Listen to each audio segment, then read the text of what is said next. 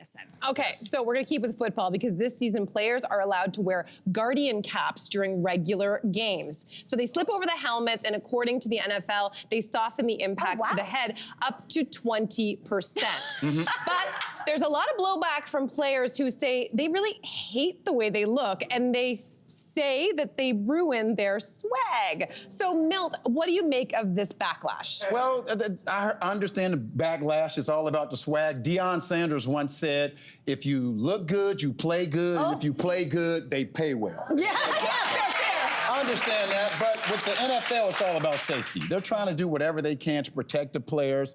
And I heard some players say, well, it feels a different way. Once you put them on, because I've experienced it, you have no idea you have it. You put one on? You have no clue. I went through a rookie camp with the Winnipeg Blue Bombers this past summer, and I actually had it on. And yes, I know. Yes. And even me, as good as I look, it's not a good look. But at the end of the day, it's all about protection. And players aren't going to wear this unless you make it mandatory. Players aren't thinking about the future. They aren't thinking about being injured. They aren't thinking about their brain. They're thinking about what they look like. They want to be able to put pictures on social and have pictures all over the place. Do you think they're like similar, or there were similar growing pains? You think about a sport like hockey, that at one point they didn't wear helmets, including the goalie, or masks. And you know, now it's, of course, they'd be lost without it. But I wonder if it's just time that to normalize it's going to be time, because eventually the NFL will make it mandatory where players won't have any choice. They have to wear it in practice, but I'm giving it a year or two, it will be mandatory where players will have to wear it. Oh, interesting. Yes. You know, I wonder, I agree. I think it's going to evolve. Because right now, if I understand correctly, it is mandatory during practices, but not mandatory during play. Okay. And so you're not seeing them. I don't think anybody has chosen to wear them. And who wants to be the first to walk around looking like a microphone?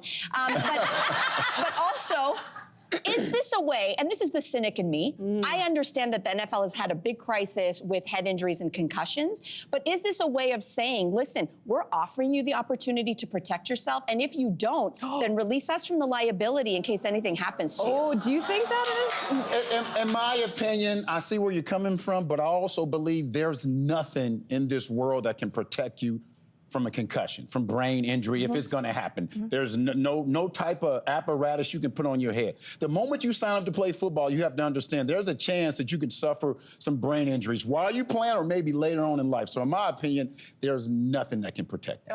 So this just at least helps a little bit. I'm just out of curiosity. Do you wonder, though, if they maybe could have consulted like a designer, maybe? I'm just saying. Taylor Swift, maybe, huh? It's not that they look like terrible. It's just they make them almost worse. I mean, they look terrible. They look bad. There's also these customizable kind of like things that look like a little bit like a shower caps that you put over top of it. Oh, that's not bad. No, you think that makes it better? I think it looked better before. It's ugly. It's ugly. Anyway, hopefully it will evolve. They'll consult some people, and the look will evolve, and the safety will improve, and that's all I've got to say. I always think you can put people on the moon. So if you can put people on the moon, you can make sexier head caps, okay? I just feel like it's possible. Fair. It's possible. Yeah. Okay, we're going to talk some exciting Canadian football news, because CFL fans in this country, listen up. Viewers, you can now catch Saturday CFL games right here on CTV. That is huge. So let's talk about what is the most exciting part of the season for you, Milt. Well, I think the most exciting part there's been nail biters. The big difference between the NFL and the CFL is the last 3 minutes of the game. Last 3 minutes of the game in the CFL, the clock stops after every play. So you could be down by double digits, 15, 20 points, and still have an opportunity to come back. And there's been some nail biters for the season. So it's exciting that way. Also, the game, as we say, there is no lead that's ever safe.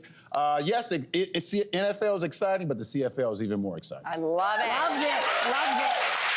So you can catch CFL action tomorrow. That is September the 7th at 3 p.m. right here on CTV, with the Saskatchewan Roughriders taking on the Winnipeg Blue Bombers. Hey, you, come a bit closer. We've got so many more must-see interviews, spicy debates, lifestyle tips, and pop culture moments.